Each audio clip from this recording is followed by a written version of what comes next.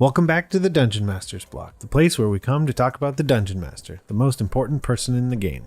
I'm one of your hosts, DM Neal, aka Jote Maniac, and today we are going to be talking about a topic that both Mitch and I realized, had our guest not brought it up, I don't know that we would have ever chosen it, and it's a way to talk about making character sheets better and more important for you and your players at the table. But rather than talk any more about that, let's head to the meat. I'm starving. We ain't had nothing but maggoty bread for 3 stinking days. Why can't we have some meats? Looks like meat's back on the menu, boys. So we're excited for this segment of the meat. Today, I want to introduce you to Paul Shapiro, Chief Finance Goblin for Beadle, Chief Finance Goblin and one of the founders of Beadle and Grimm's Pandemonium Warehouse. Paul, welcome to the show. So glad to have you here. Thank you very much. It's a pleasure to be here. So as we do with all of our guests, we have a little bit of an interview section, and we just want to ask, can you tell us a little bit about yourself? Long walks on the beach, just anything like that. Sure. As one of the founders of Beadle and Grimm's, a big part of how that all started is I actually used to be an actor, and I went to acting school with the 3 of the other 4 founders. So Matt Lillard, Bill Rayor, and John Ciccolini and I all went to acting school together, actually here in New York City, where I live. Surprisingly, of the 4 of us, one of us became more famous than the other 3. And I'll let you guess which one that was. But I love all of Bill's work. I love it. Yeah, exactly. It is, but it's not for lack of trying. But we actually met in acting school, and one of the things that we did once we all sort of got over sort of initially, who are these people? We realized that we all love D&D, and so in acting school, we would, after a long day of acting and rehearsals, whatever, we would actually go into the lobby of this big Broadway theater where we had our classes, and after everybody else left, and we would set up and we would play D&D until 2 or 3 in the morning in the lobby of this Broadway theater. And we did that. And so that's how we started. So we started playing D&D together as actors, which, as you can imagine, is a great group of people to play with. Everyone, commits to their characters. Yeah, I expect everybody to be super shy and doesn't want So we had a lot of fun, and we did that for a long, long time. Eventually, we all went off. Everybody else moved to LA, actually, except me. So they all now live in LA. And we just kept playing. We just kept playing D&D. We've been playing it together for 25 years.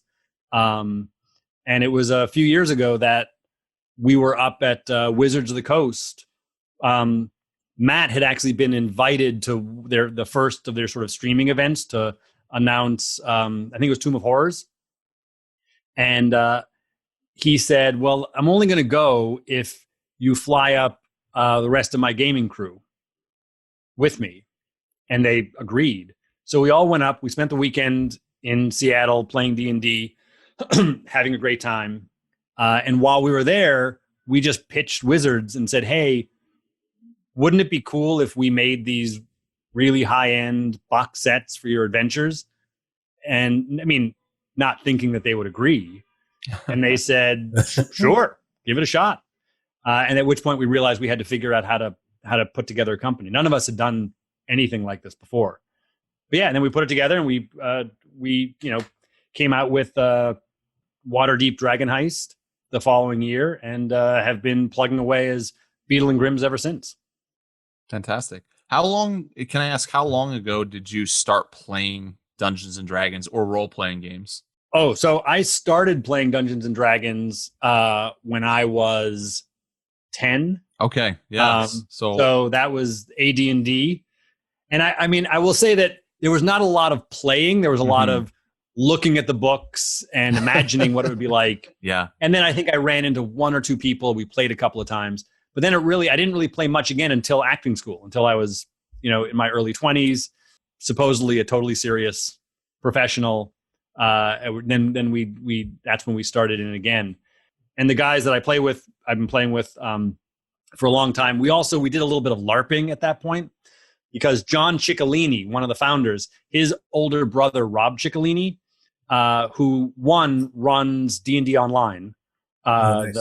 the multiplayer game, but he also runs a LARP up in Massachusetts. And so we also went up and did some LARPing early on. And that's actually where the goblins came from. We spent most of that first weekend as a party of inept goblins harassing players. So we were Awesome. NPCs. Yeah. But we just went around and harassed people as goblins, and we would negotiate with them, and we would harangue them, and we were terrified. You've definitely hit on like the number one way you could involve me personally in a LARP. Because I was thinking, like, I don't know that I could be a character as much. I think I invest so much in like who that character is, and I don't know that I could like get my mind to be like, okay, I'm only going to get to do this in this specific way. But if I was an NPC, I would do it in a heartbeat and mess with people in a bad way. You should do it. I mean, we only did it a few times back then, but there were some great weekends. I mean, it was just, it was Friday to Sunday, just sort of, it was on an old a summer camp after the summer was over. So it was cold. And we just had a great time. Yeah. I asked that question because I was wondering, what do you think that your 10-year-old self would say if you were able to jump in a time machine, head back and say, hey, this book right here, this is going to be your job one day. I think he would have thought that was incredibly cool. I actually have two sons right now, one of whom is 11. And he does think that the Beadle and Grimm stuff is awesome. Pretty darn cool. He especially loves it when, I get samples of the stuff, and we just started getting shipments of our plushy Yeti tyke. So we have a Yeti tyke that we did as a promotional item for Rime of the Frost Maiden. And so those are just now shipping. And so we got a couple of those, and my son was very, very excited. Fantastic. And that's a great segue to ask you. So you're talking a little bit about it already, but what are you guys working on over at Beadle and Grimm that, of course, you can tell us about, that you can talk to us about? Yeah. So the biggest thing that we're working on right now that we're really excited about is we have our first ever Kickstarter, which is for what we're calling the Complete Character Chronicles for Pathfinder. And this is an idea that we actually have had for years. We were banging around. It was one of the first things that we thought of when we started the company, Beadle and Grimm's. And what we wanted to do was we wanted to create something that was more than just a character sheet or a journal, but was really something that was both useful at the table, but also something that would, sort of preserve the history of your character. Beadle and Grimm's, the company, is named after two of the characters from the game that we played. So Matt's character was Beadle, Bill's character was Grimm. Just so we're clear, my character's name was Tanner, but he got his head cut off at 3rd level and put in a jar, and so he didn't get to be part of the company name. But one of the things that we realized is there's so many stories about those characters that we wish that we had sort of written them down in some way that we could remember them and reference them again. And so we've always wanted to do that. So this Kickstarter, these Complete Character Chronicles, working with Pathfinder and Paizo, what we've been able to do is come up with, one, an extended character sheet that lets you, have room for everything, right? Because when you print a character sheet with just a couple of pages, you're always sort of trying to squeeze things in. Yeah. What can I write on the back that there isn't a space for? Yeah. The margins. But with a book, it's like we can have as many pages as we want. And then there's a whole journal section. And the great thing about the journal section is that it has, it has art, it has maps, it has grids, it has all kinds of these really cool prompts. So there's a section where in the middle of the journal, it'll say, list your, 10 greatest enemies.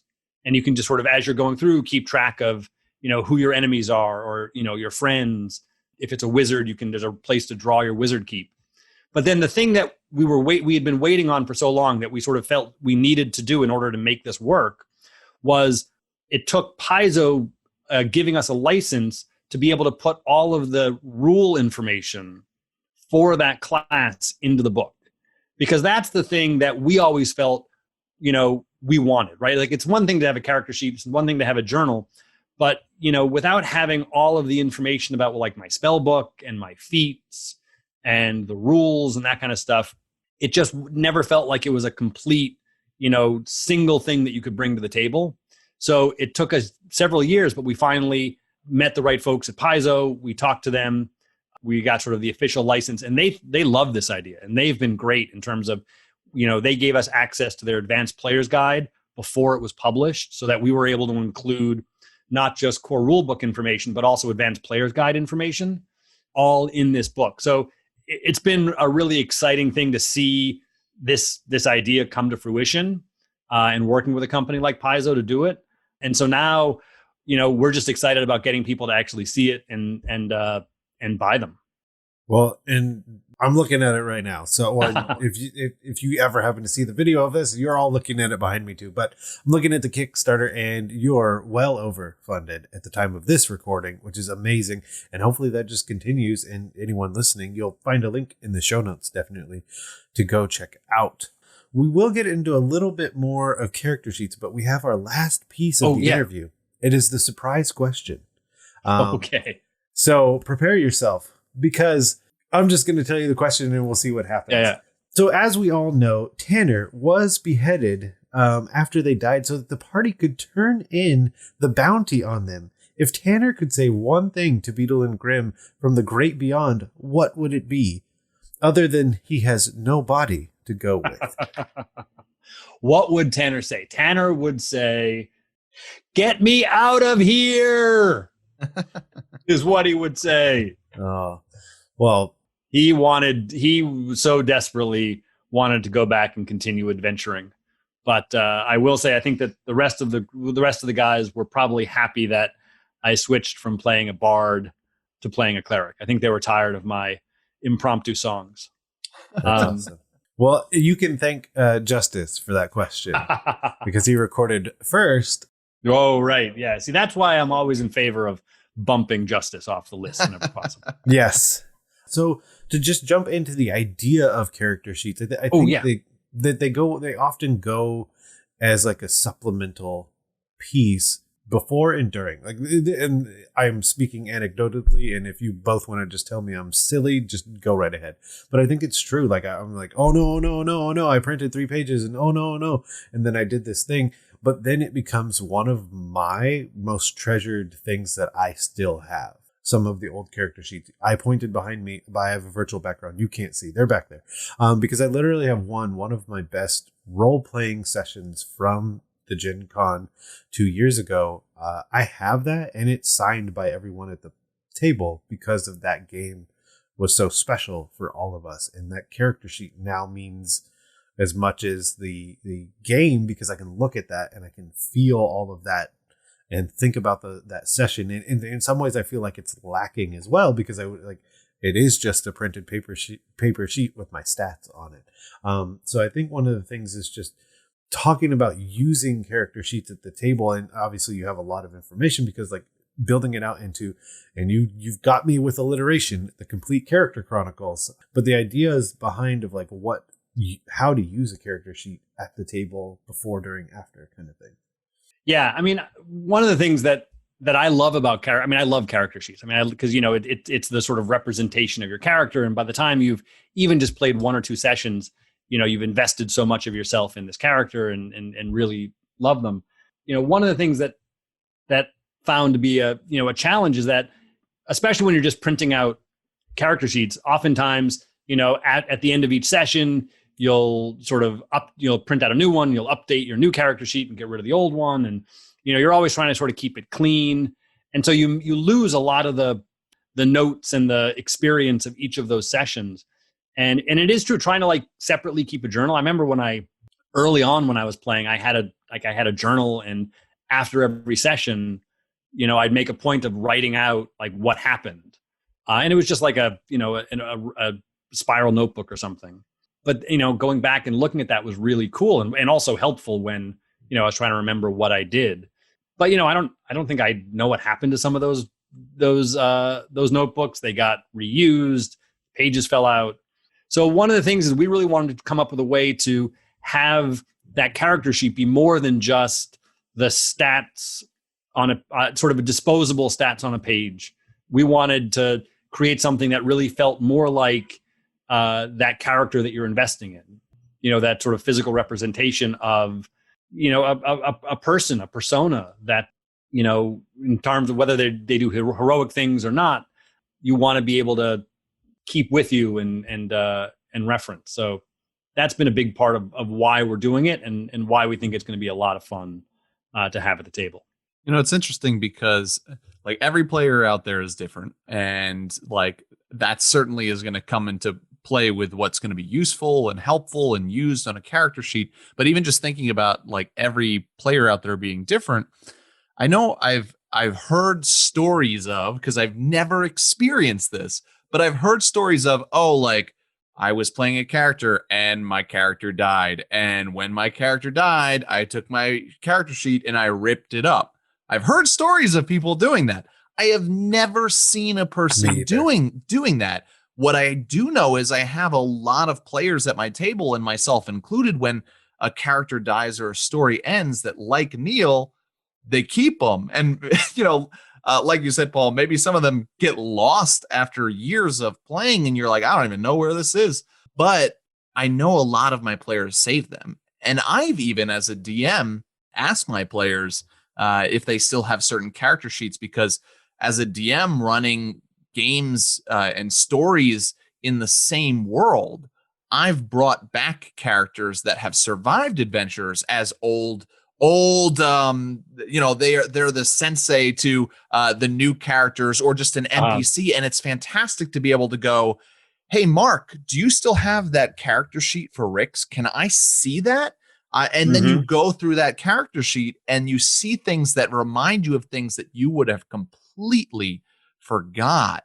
And you're able to use them as a DM for further stories. I have not experienced a player ripping up a character sheet. I know that that's happened. What I have experienced is a lot of players clinging on to those things because they have memories there and they have importance. And as a DM, you can still use those characters if they survive that adventure. And even if they don't, you can have a bit of history there about this adventurer who died during this famous war. Maybe you find a journal written by them. Yeah, absolutely. And I think that's just a lot of the fun. Like there's, one of the things, we have a video that we put together on the Kickstarter page that has Matt talking about it. One of the lines in that video, which actually was not written by Matt, but was written by Charlie. Matt just delivered the lines. But one of the lines that was really interesting is that, as characters, we're not here to listen to a story being told. We're here to help tell the story.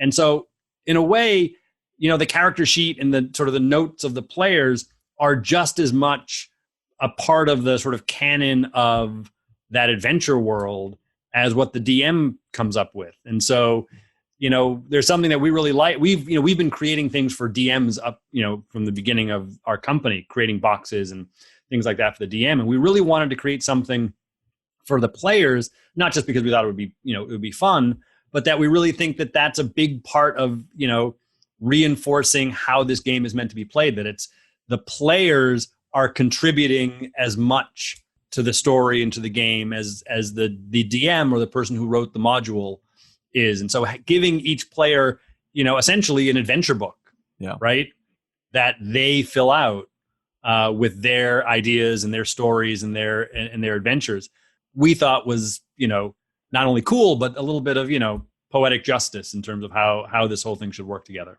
And that should make so much sense. Like, where's the story of Lord of the Rings without Frodo and Aragorn and Gandalf? Where is Star Wars without Luke and Han and Leia? Like, those characters move the story forward. Right. Well, and I love the idea, and this is a practice I took for a really long time until we started using D&D Beyond. I would just kind of take everyone's character sheets. There's a lot of reasons why that happens, and none of them are necessarily at the outset bad, but we all know the people that you should probably take their character sheet.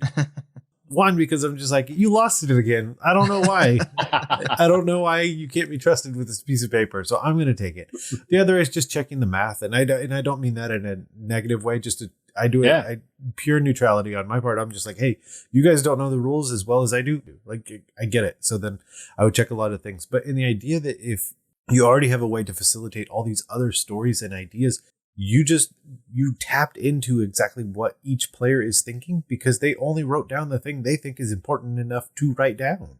And like, now you have that feedback even without having a conversation. And my other thing I thought of was, like, if I had something like the Character Chronicles in whatever game you have it in and however you have it set up, what would I add? Like, if I did take that for like between sessions, like, what are things that I could also just even, because, you know, we're here, Dungeon Masters blocks, and not only just figuring out how we can better utilize character sheets in the game, but like, what's something that I could add? Did I add a clue in that downtime? Did I change something because it was stolen? Like, we could even use the character sheet as plot hooks and adventure hooks and just pieces added to the story. Like, wait, why? Like, they'll go look and they'll be like, oh, why is this item gone? I don't know, but it is. And then it's just like, wait, what do you mean? And I'm like, no, it's gone now. Like, why do you think it's gone? And so just thinking about better ways to utilize the character sheet just from a Dungeon Master perspective. Yeah. And also, you know, having a journal at the table, whether it's at the table or you know, or afterwards, you know, one of the things that we had a lot of fun with in that journal is, instead of just being blank pages, which, you know, can be daunting. And if you're not that kind of a writer, it's like you open up a blank notebook and you start writing, and, you know, how interesting is that?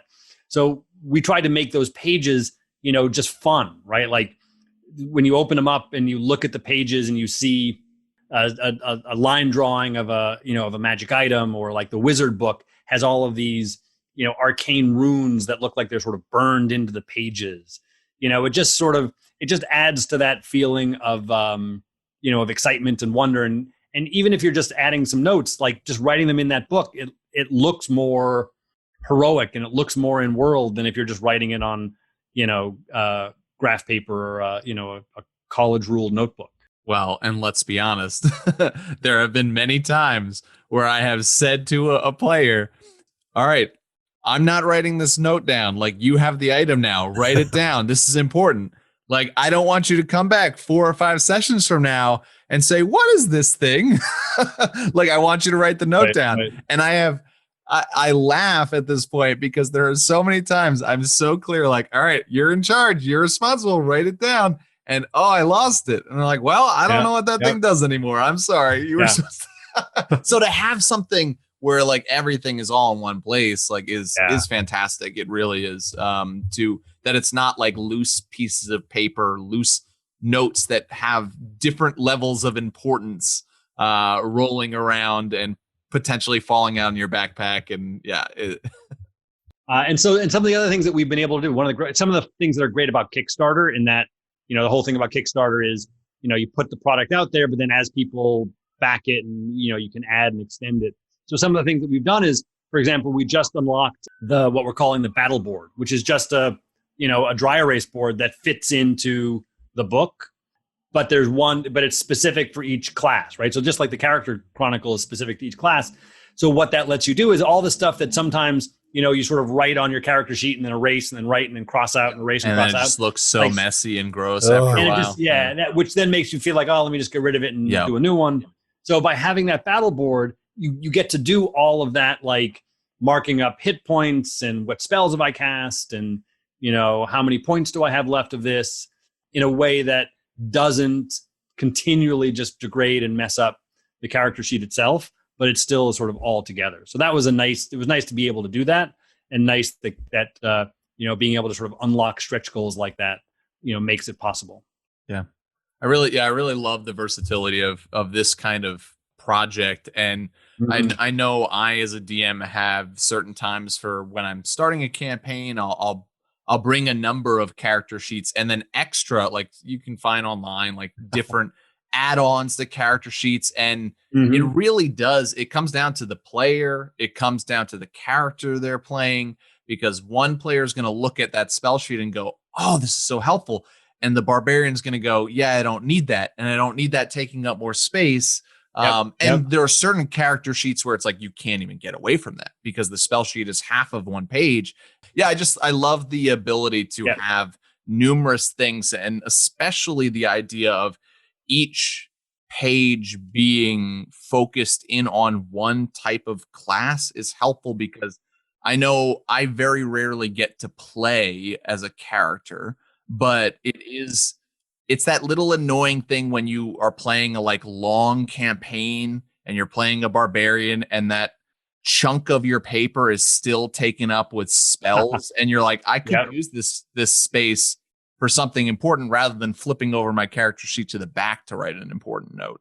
I love the like focusing in on different classes. So, and what's been fun is as we've been producing these books, like the wizard book was pretty straightforward. Like we knew that the wizard's going to need all these spells and spell book and places for the spells. But what's been fun has been as we've moved on from that. So, we're deep in wrapping up the fighter book. And so coming up with like, what do we want to do, for fighters? Like they don't need a spell book. So we did so some of the things that we've been doing that have been a lot of fun is we've focused on, for example, creating pages that have all the different, parts of bodies where you can strike somebody, so that as a fighter you can make marks and comments on like, where I've attacked people and what kinds of strikes, and all of the combat rules. We've been expanding those and creating diagrams so that there's diagrams around flanking and, attacks of opportunity. So rules that you need, but taking those little tiny drawings that are in the rule book and expanding them into things that are going to be a lot of fun. So it's been really fun going through and saying like, if I'm a fighter, what are the things that I need and would be fun as a fighter to have? And that's just been a lot of fun to do. Yeah.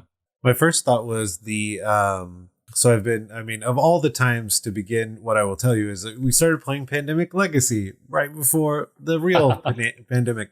But that was almost like where my head went was like, oh, is he going to say feats? And then you could like put them in, but then I was like, no, you can't use stickers because like you can change your feats. But yeah, but the great thing is we're able to include all the feat rules. Like that's the thing that makes it different from, just a journal, is that Paizo basically gave us the source files for the core rule book and a whole bunch of books. And we've been able to take those wholesale, design them a little differently and put them in our book. So something that just you couldn't do without being arrested, without, having the license. Cease and desist. Great. Exactly. A cease and desist. But that's been great. So one of the other things is, and we've kind of hit on it, but the idea of like specific stories when we've loved having character sheets, and honestly, the other version of that is to just kind of exemplify the point of when we really wished we had better ones, because I definitely have both that I can think of. So, I can start there. Okay, cool. So I also have them in front of me because I knew they were right behind me. So I played in a Star Wars campaign where I played a Wookiee because I actually Why not? I have a rental quality Wookiee costume as well. But and you were looking for an excuse to wear it. No, I guess after that game, I was just looking for an excuse to buy it because those were in a different order. But I literally wrote down the ha pet because I had a Kowakian monkey lizard as it, and I drew a picture of a piece of pipe that I put 2 droid arms on that I used to hit people with. Like that's literally like all the notes I have. Let's see if we can get those. Oh nope, it won't go. Oh yeah, that's gonna be background. But I'll probably put an image up of it. But like just even me taking that much time on a single sheet of college ruled paper, like I can remember almost everything about that game. That I like rolled this really high base, the equivalent in that system of a natural 20, and like killed the big bad when they should have been the recurring character. Like, because I shot down their speeder, and like there's just certain things in those games where like if it goes bad, it goes dead. And way bad. Yeah. So that's one of mine. Anybody else can think about specific character sheets? When I think about, I tell the story of Tanner and all of that, but I don't actually have, any of his character sheets. I have a lot of character sheets from the next character I created, who was a dwarven cleric, and he ended up sticking with the party a little longer. He didn't make quite as many foolish moves, but they're still there. I only have sort of sporadic character sheets from like certain times. And I played that character over 15 years.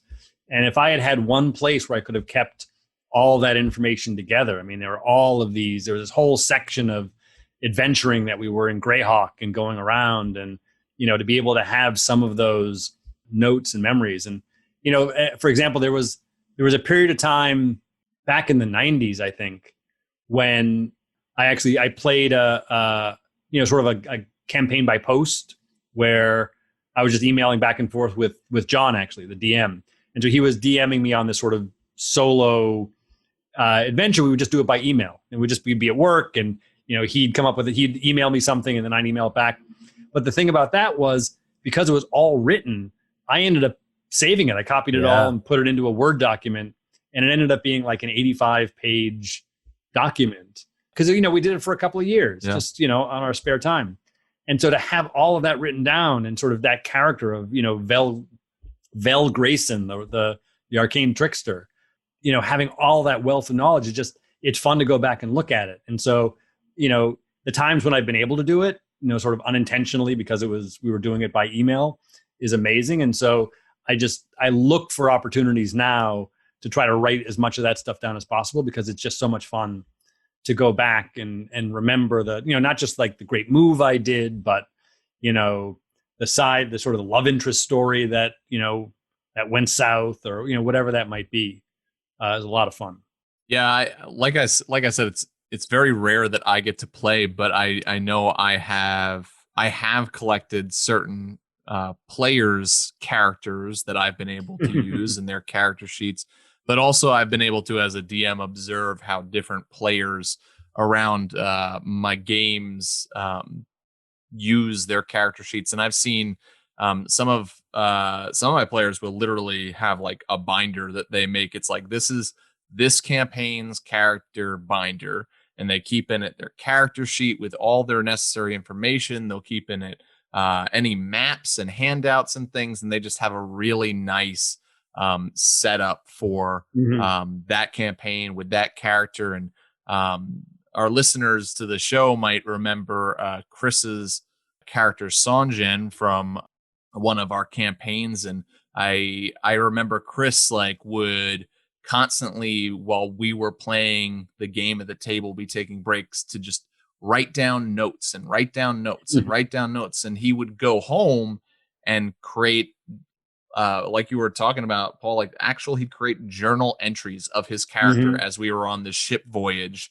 Very classic, day 23, the sea is rough, but he'd take those notes that he wrote down, and he'd create real journal entries, which would be added into his character sheet. And we got to enjoy that all together by hearing what journal entries he wrote down. And and then I have other players who they have tacked on their different rules from the books that add on to specific things that their characters can do. And you really can see the differences between play styles come out, and what is valued in what people put into their character sheets. That's for sure. Yeah, absolutely. Yeah, I think I have too many thoughts. That's my current issue, because all of the countless ideas, and I think you have to figure. This is just echoing what we often say, is that you need to figure out what works best for your players. Obviously, whatever you choose in this regard is going to help you as the DM, because you're having more information that is saved along the way. But I can also think of one character that I played that basically what I did was print out somewhat like the D&D Beyond version of what can I do when I can do things, like what are my actions, what are my bonus actions, but also even just kind of, and it made me think of World of Warcraft more than anything else, but kind of what's my rotation, because I can RP easy enough, but then I kind of forget how to do the thing with the dice sometimes. And because in the same way that I think that's one of the more disappointing situations a player can find themselves in, is after a battle happens, reviewing their character sheet and being like, oh wow, I could have made that much easier, or even just more fun for myself had I remembered I had these things. So I think just really figuring out what can you add to how you do character sheets. I think is just a really good question to ask. Yeah. And also I think the more players know and remember and sort of own their own sort of player's history, like the people they've met in the past and the things that have happened. I mean, it just adds to the role playing, right? I mean, as a DM, it's so much fun to, bring that character back that, you encountered whatever a year ago and have a new interaction with them. But it's also really disappointing if when you do that, the player is like, wait, who is that? It sort of like kind of takes away a lot of the fun. But, if the players are able to go back and look at their notes and be like, oh, that's right, we had this whole thing and I saved the guy from the pit, and then, whatever, and he promised he would do this for me, and now he's back again. So, I just think that whole role-playing aspect, that whole storytelling aspect just becomes so much richer when the players can really be, fully invested. And, not that they have to, write everything down all the time, but the more they're able to sort of keep track of it and remember that, and really own that stuff, I think the richer the storytelling ends up being for everybody. Well, and like thinking about ways that like a DM can work with their players with something that's physical, like a character sheet, to help bring about importance to the story that's being told. I like, as you were talking, I was like, yeah, and what if a DM like hands a player a specific sheet that has like images and the name of like an NPC that to you as the DM, you're saying, yeah, this person is important. And you can write down whatever you want. I can't stand this guy. This guy annoys me. I love this guy. Yep. Like, he gave me this item, like whatever they want to put down.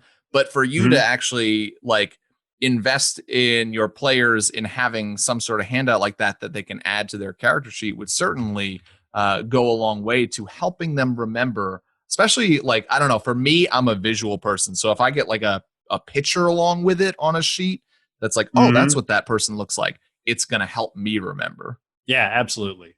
And it's all of those things. I mean, that's just where, it's tough during this time when we're all, remote as opposed to sitting around a table. But that's the thing that we've always, the reason why we started the company is we just love getting that stuff at the table. Like, we love just handing out the picture or, that hand-drawn map or diagram or, whatever that thing is, just makes it richer and just makes it that much more fun. So the more we can do that, the more places we can come up with things like that, the better. Yeah, it is a game that's based around the imagination, and that is wonderful. But every now and then when you can feel something in your hand and pass it to a player, there's this moment like where you see players like eyes light up. I will never forget when there was an NPC who was dying in one of my games. I knew that the story had a potential to getting to this point, so I had taken the time to write like a letter from this NPC, like a goodbye farewell note, and I did the whole like dipping it with tea bags so that it got that oldish look to it. And as this character was dying, I had him pass it to one of the PCs, who then passed it on to another PC who wasn't there, but the player was sitting at the table. And I knew that I had won when that player started reading this like letter and tears started running down his face. And I was like, I did not expect this, but I'm like, yes, that's what winning in D&D is. Exactly. When you exactly make a person cry over a fictional character who's died. Yeah.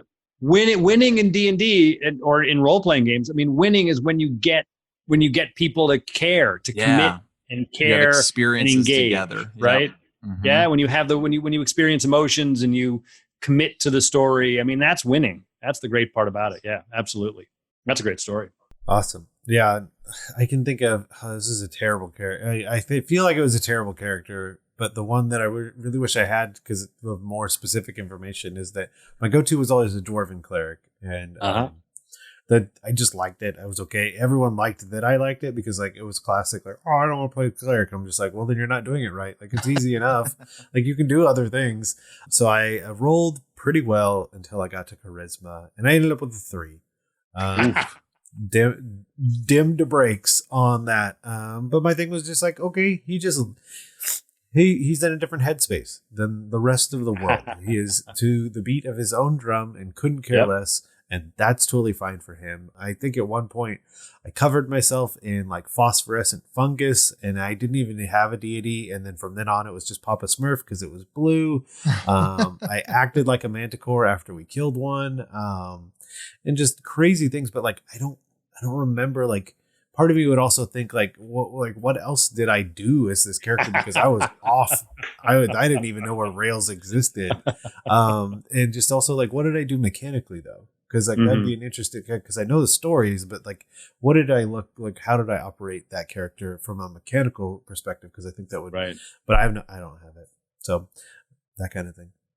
That's funny. Now I'm bummed out. It's hilarious though. I loved it because I got into a pit and I was just like, I rolled through it like for stone cutting, and he's like, "Well, it seems like a freshly dug pit." I'm like, and then I just kept telling everyone constantly, I'm like, "I don't know if you guys heard, but this is a freshly dug pit," and it's like that doesn't help us at all. I'm like, "But it does." Yeah. So with that hilarity, we will kind of close out because we always like to say homework. What do we have for? Homework, like things that people could go see, go read, go watch that would help with this conversation. This is a pretty niche conversation when it comes to that. So do you guys have any ideas of what people could go look at other than Beadle and Grimm's Complete Character Chronicles now on Kickstarter? Yeah, I mean, I would say, I'd look at the Kickstarter. Yeah, I mean, other than that, I mean, I just think that what this conversation, like the whole idea of character sheets, I mean, as we've been talking, I mean, it's really the stats and the details of the character sheet are an important part, but really it's the stories and the writing. And I would say, now would be a great time to go and just look at, adventure stories that people have written about their own characters. I mean, just see how people are writing stuff. People are drawing pictures and posting them of their characters. I mean, that's, even if you're not a great artist, I mean, it's still so much fun to draw pictures of your character, pictures of the people that you've met. Or, another great thing is what I would do is, just write down what you remember, whether it's like technically like as a real journal or it's just, remembering, what happened. The act of writing, the act of storytelling, I think is always valuable.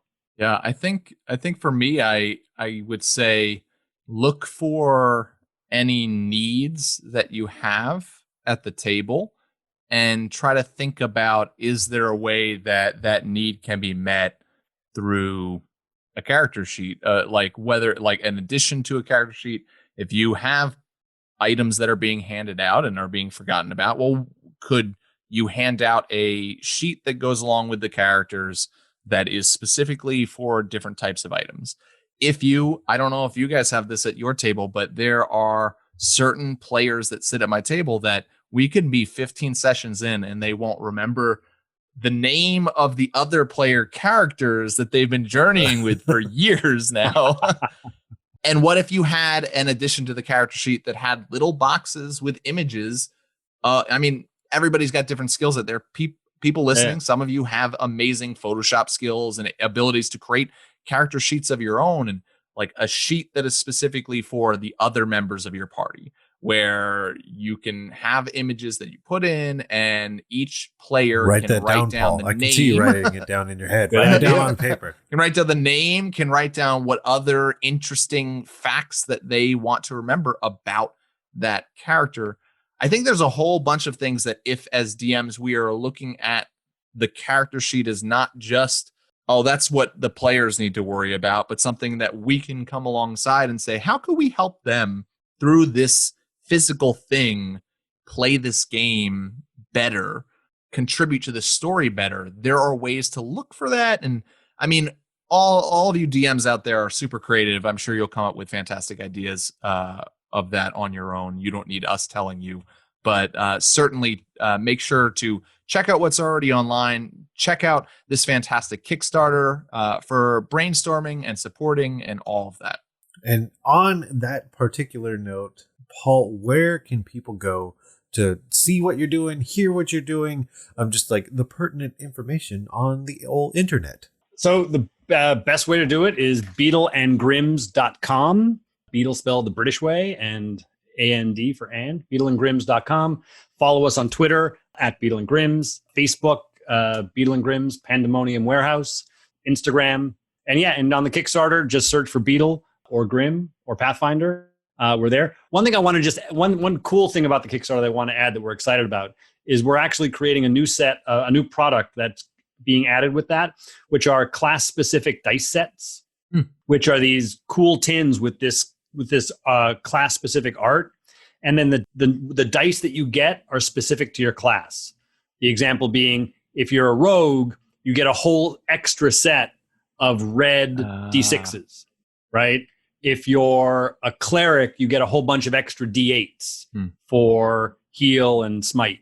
If you're a paladin, you get some D8s and you get D12s for two-handed weapons. So we went through all of the different classes, and we thought, what is the specific set of dice? Everybody gets the base set, but what are the sort of the extra ones that you need for your character? Yeah. Again, just trying to make it that much more sort of unique and custom. And that's really cool. And that's in the on the Kickstarter as well. And you can add those on to the Chronicles. But the art on those is amazing by an artist named Lee Ju. Yeah. Paul, are you saying that players out there don't like, if they're playing a rogue, rolling the same D6 over and over again and adding it up in their head and keeping track? Are you saying that? Yeah. No, I'm saying yes. I'm saying that they don't like that. I'm also saying that if I'm playing a rogue one day and I'm playing a ranger the next day, I can't use the same dice for the ranger that I'm using for the rogue. Yeah. I don't know why. It's just, it is what it is. Don't you dare steal from me the joy of feeling like my hands aren't big enough when I get a crit on a sneak attack. How dare you? Very good. Well, awesome. Paul, we just want to thank you for coming on, spending some time with us, talking about character sheets, clearly us giving you ideas, you giving us ideas, and hopefully all of three of us giving great ideas to our listeners. Absolutely. This has been great. Thank you guys so much. This has been a lot of fun. Time just flew by. And thanks again for the opportunity. It's been great. Yeah. Hopefully we'll be able to have you on sometime in the future. There you go. We just want to thank Paul again for coming on and spending some time with us, enlightening us on how to level up our character sheets and maybe even our abilities as a DM. As always, if you liked this and want to get a hold of us about how you've been using character sheets at your table, you can always email us at dungeonmasterblock@gmail.com. And of course, head over to your podcatcher of choice and leave a review that we'll read on air.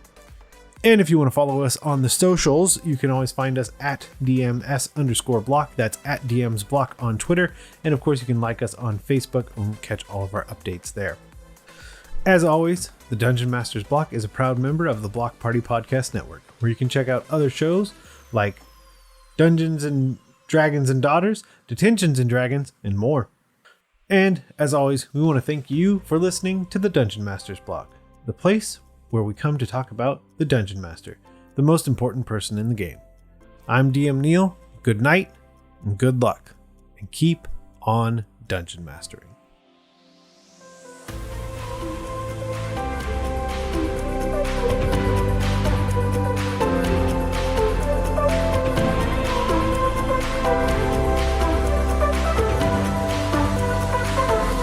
Goodbye.